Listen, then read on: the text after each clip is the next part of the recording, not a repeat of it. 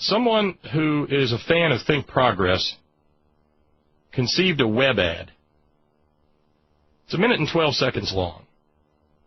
You can see it over at thinkprogress.org. I want you to hear the audio for it.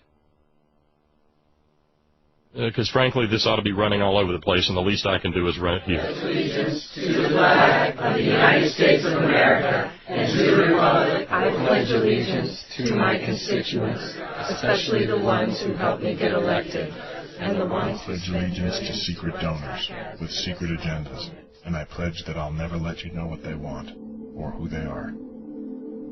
$186 million from anonymous donors is being spent to influence our elections on November 2nd. $186 million of secret money from secret donors. Who are they?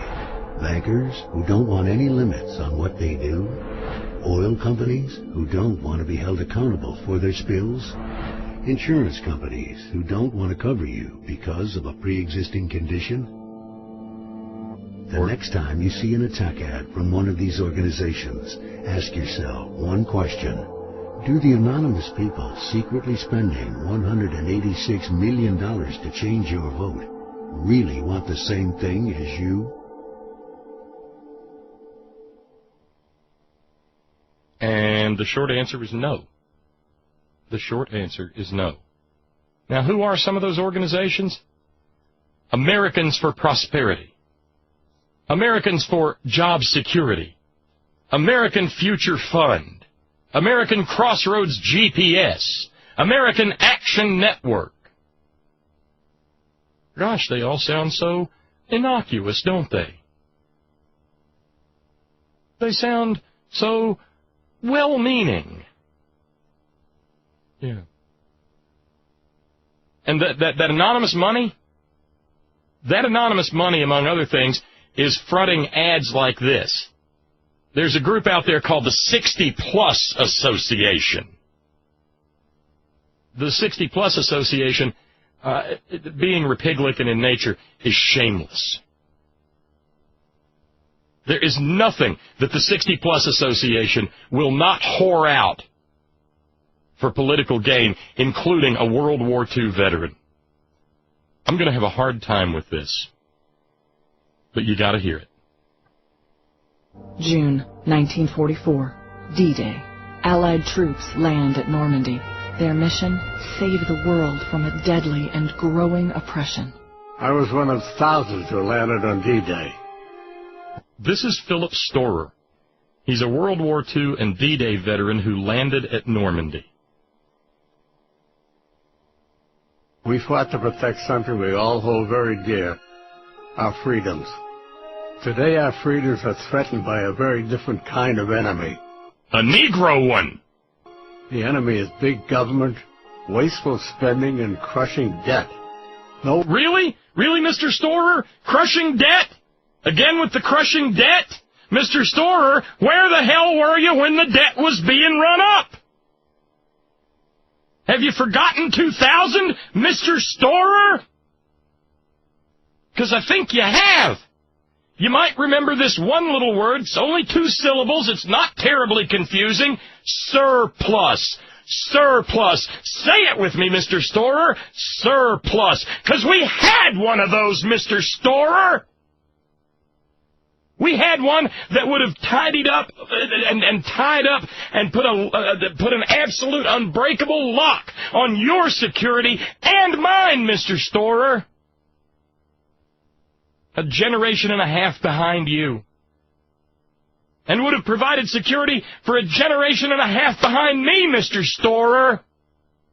Crushing debt. Where did the debt come from, Mr. Storer?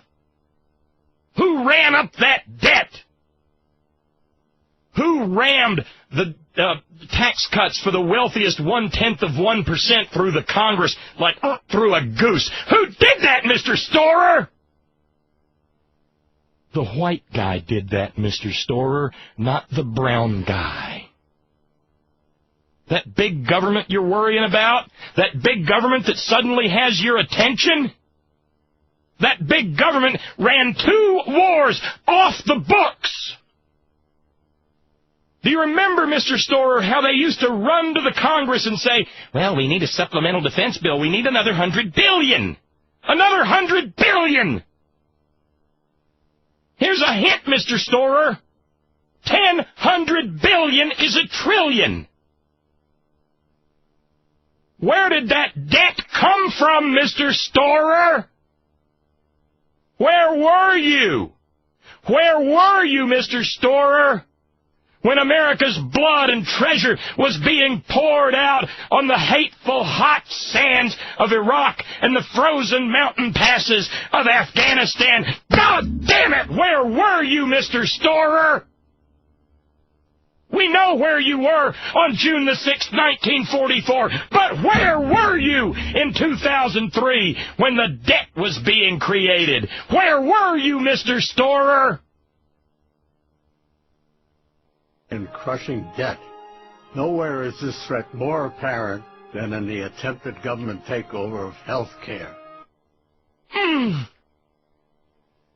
You know, it's just a matter of choosing. Do I want to go for the cheap brown liquor or the cheap white liquor?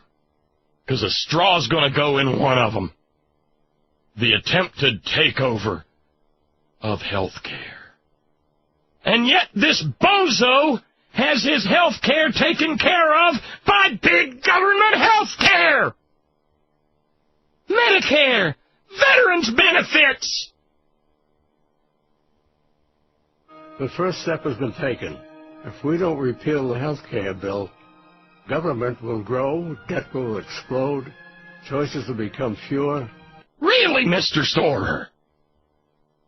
Does that mean we need to repeal your Medicare, too, and your VA benefits? Oh, no! You've got those, Mr. Storer, and you've got them all the way to the grave, Mr. Storer!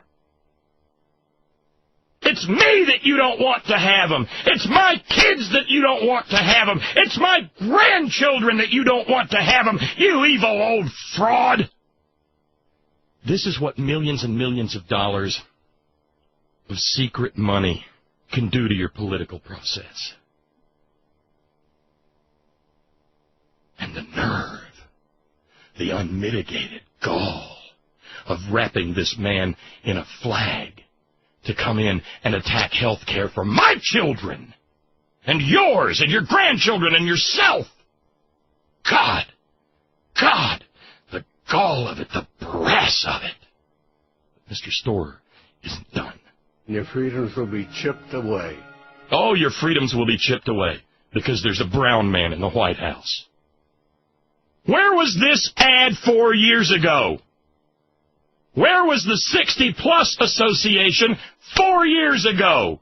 5 years ago? 6 years ago? Where were they? I'll tell you where they were. They didn't exist.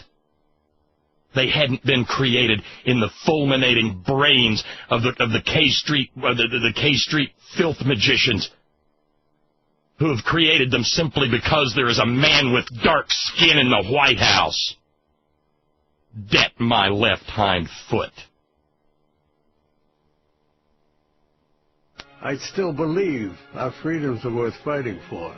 The fight to repeal a government takeover of health care is up to you. The fight to repeal the government takeover of health care is up to you.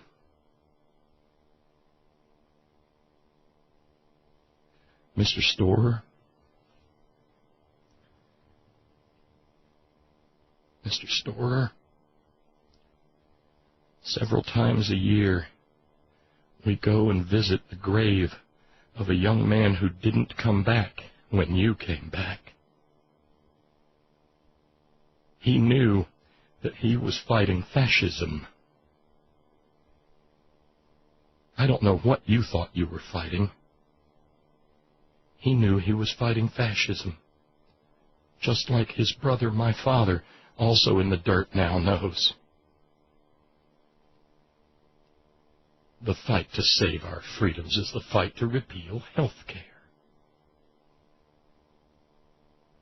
How much more Orwellian can a statement get? How much more lunatic can an assertion be? I don't think it can. The only way you can have your freedom is by having the freedom to die with an untreated medical condition. That's the freedom you need. That's the one I fought for. Bull.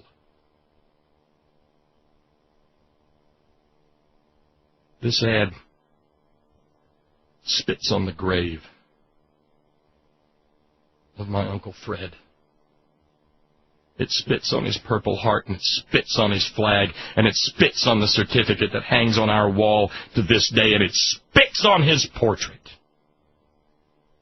The idea that somehow a bunch of right-wing astroturfing bastards trying to take away a little tiny bit of access to health care for a relatively small percentage of the country somehow equates to the magnificent sacrifices of real heroes on real far-flung battlefields and in the bowels of aircraft carriers and tin cans and PT boats. If you've ever wondered once in your life what it meant to look at someone who's unpatriotic, who has no love of country, then you need look no further than right-wing astroturf groups like the 60-Plus Association. Disgusting. And to use our national sacrifice to advance a filthy political agenda driven by nothing more than the most crass political gain. That's the Republican Party. What was it?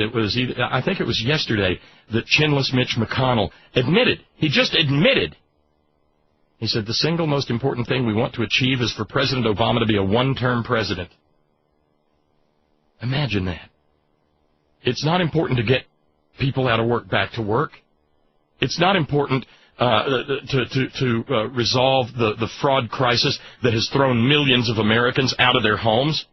No, all of that pales in comparison to the grasping, clawy, nasty, creeping, venomous, aching yearn for power that lives and breathes and beats inside the breast of the repig-licking Leviathan.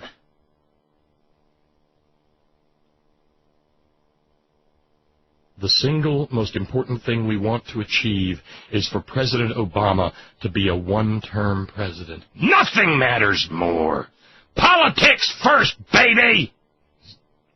Venomous, tentacled misanthropes who would gladly tear this country, rend it to the very fabric of its foundation, if they could just get one more iota of power out of it. They're coming for you, and they've got a lot of money. And if they need more money will come.